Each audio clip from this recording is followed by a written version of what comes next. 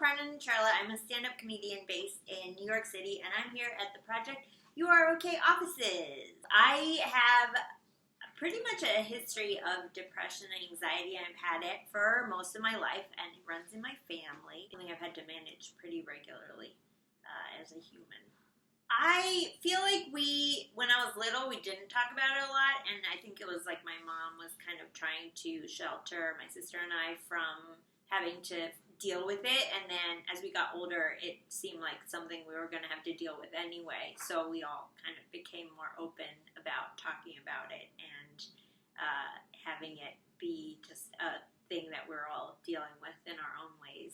I've been trying to talk about mental illness more on stage, and obviously there's people like Maria Bamford who set like this amazing torch for just being open and honest about it, but I think it's also something that I have to, like, sometimes I'll just have really bad anxiety one day and might have, like, an off night and have to be kind of okay with that. It's funny because when you talk about mental illness on stage, sometimes it feels like people will go with you. Sometimes it seems like they feel sorry for you a little bit, and that's always kind of hard because you're like, no, this is something I want to talk about. Sometimes when you talk about it, you might, regardless of how you think your set went, like, someone will later email you or, like, tweet at you or something and be like, hey, I really appreciated that you brought that up.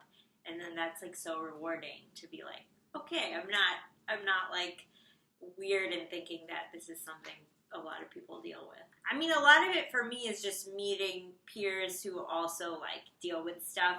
Is like I have a friend, Jacqueline Novak, who's a comedian here, and we're very like open about discussing our depression and anxiety with each other in like checking in like multiple times daily. So I think it's like good to just have those people in your life that you're like, okay, this person will get it regardless of where I'm at today. I think the more you talk about it, the less it becomes like a thing of like, oh, like shameful or like something that people don't want to hear about. It just becomes like another part of you. The more you sort of delve into it, the more you find parts of it that you're like, oh, this is actually really funny.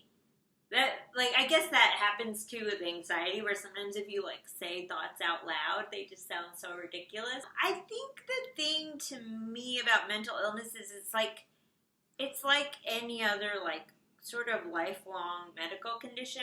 I think just sort of people understanding that it's not something that's just gonna go away or can be, like, fixed.